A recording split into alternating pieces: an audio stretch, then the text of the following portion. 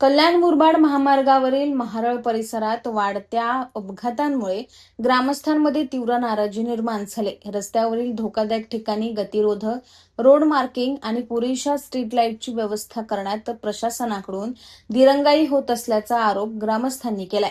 महारळ परिसराची लोकसंख्या झपाट्याने वाढत असताना या मार्गावर वाहनांची वर्दळही मोठ्या प्रमाणात वाढली आहे।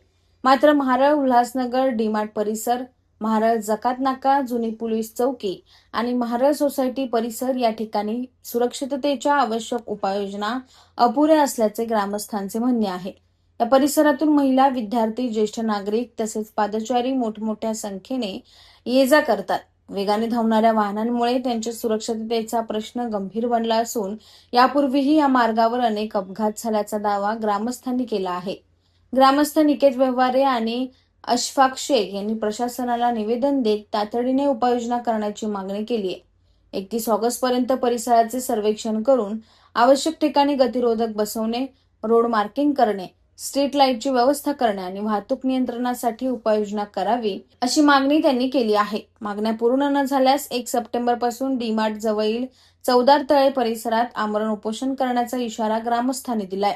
त्यामुळे आता प्रशासन या मागण्यांची कितपत दखल घेते आणि महारळमधील धोकादायक रस्त्यांच्या प्रश्नांवर तातडीने काय निर्णय घेतला जातो याकडे ग्रामस्थांचे लक्ष लागले आहे।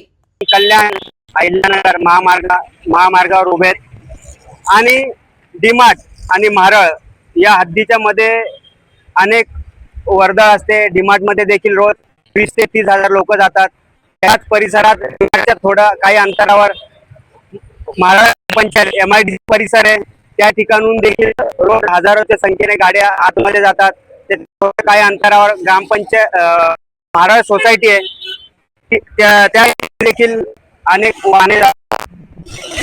अद्याप ठिकाणी कोणतेही गतिरोधक टाकण्यात आलेले नाहीये। आम्ही मागील 4-5 वर्षापासून पुरवठा करतोय, पण कोणतेही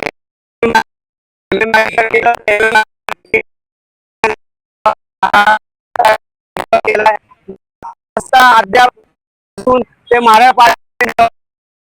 तुम्ही कोणत्या प्रकारे टेक ओव्हर केलं? त्यामुळे